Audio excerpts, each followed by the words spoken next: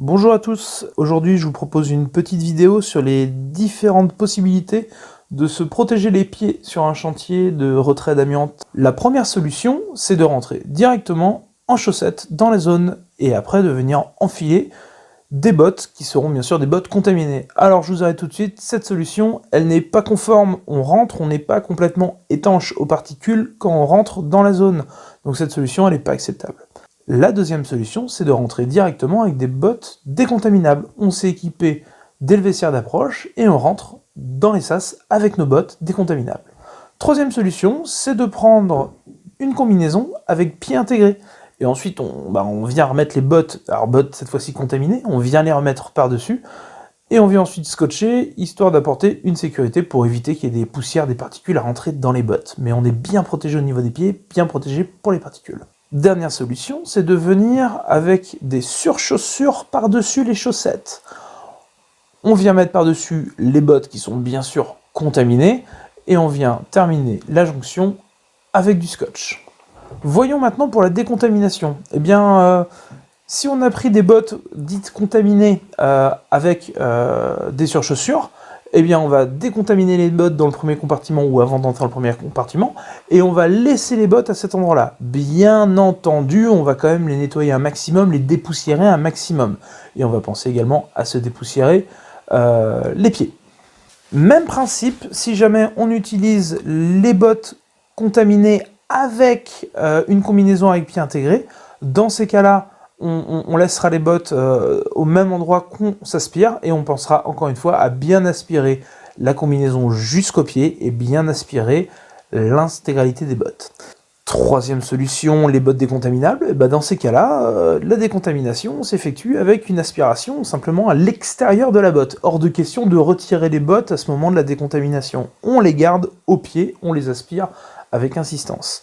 Ensuite, on va aller dans le compartiment douche de décontamination et on va se doucher de la tête aux pieds, enfin on va se doucher avec ses bottes. Tout équipé, masque en fonctionnement.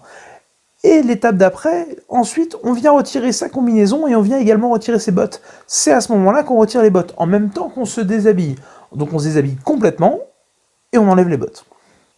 Ensuite, on prend les bottes et on passe vers la douche d'hygiène.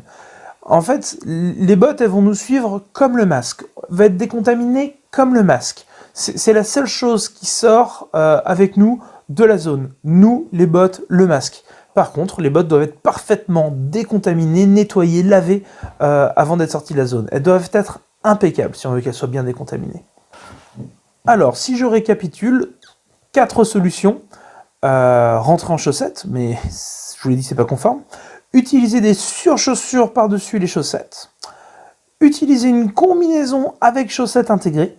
Ou enfin, utiliser des bottes décontaminables. La solution des chaussettes, son avantage c'est que c'est plutôt facile à mettre en œuvre. Par contre, son inconvénient, c'est que c'est pas étanche. C'est pas étanche, donc c'est pas conforme. C'est pas une solution acceptable sur un chantier amiante.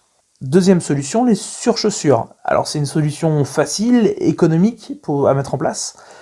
Par contre, ces gros inconvénients, c'est que ces surchaussures, elles ne sont pas étanches aux particules. Elles ne sont pas de la même qualité, elles ne sont pas de la même performance que les combinaisons. Les combinaisons sont type 5, c'est pas le cas des surchaussures. Et donc on n'est pas complètement étanche aux particules, donc pour moi c'est pas forcément conforme, c'est pas conforme pour entrer dans la zone. Et en plus, on sait que cette technique est franchement peu respectée sur les chantiers, donc moi je déconseille fortement l'utilisation des surchaussures avant de rentrer en zone. Troisième solution, utiliser des combinaisons avec pied intégré. Cette solution a plusieurs avantages. En premier lieu, elle est facile d'utilisation, pas de scotch à mettre avant d'entrer en zone au niveau de la jonction pied-combinaison. 100% conforme, on est forcément étanche, on est de la même qualité que la combinaison.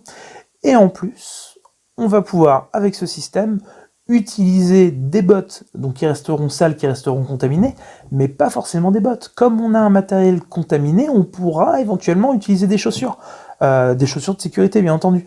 Par contre, la combinaison avec chaussures intégrées présente un inconvénient, c'est que les bottes ou les chaussures qui vont rester en zone vont rester humides. Elles vont pas forcément être bien nettoyées, bien entretenues. Résultat, on peut avoir des développements de bactéries, de moisissures à l'intérieur, donc il va falloir prévoir de les changer régulièrement. Dernière solution, c'est d'utiliser des bottes décontaminables. Alors c'est une solution qui est 100% conforme, qui est complètement autorisée réglementairement, et en plus qui nous permet d'avoir moins de matériel contaminé à gérer que dans les solutions précédentes où effectivement on a des bottes ou des chaussures qui seront des suréquipements contaminés. Là dans ces cas-là, maintenant on sort le matériel, il est décontaminé, on n'a plus à le gérer comme tel. Dans les inconvénients des bottes décontaminables, il y a le prix qui est un petit peu plus cher. Le temps de décontamination qui va être un petit peu plus long parce qu'il va falloir porter une attention particulière sur le nettoyage et la décontamination de ces bottes. Et enfin, il y a quand même un risque qu'on sorte un matériel qui ne soit pas forcément décontaminé à 100%. Je vous rappelle que pour qu'un matériel soit dit décontaminé, il doit être impeccable, il doit être clinique, il doit être parfaitement propre.